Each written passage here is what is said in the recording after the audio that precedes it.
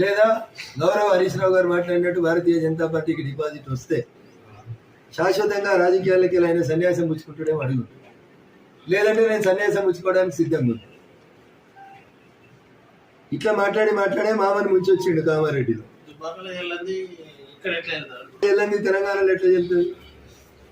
మెదక్లో వెళ్ళలేదు కదా. 100 కోట్లు ఖర్చు పెట్టి వాళ్ళ సహచరులను గెలిపించుకుందామని ఛాయాశక్తులు కష్టపడితే మెదక్లో చెల్లని హరీష్ రావు, మెదక్ అసెంబ్లీలో చెల్లని హరీష్ రావు మెదక్ పార్లమెంట్ ఎట్లా వెళ్తాడని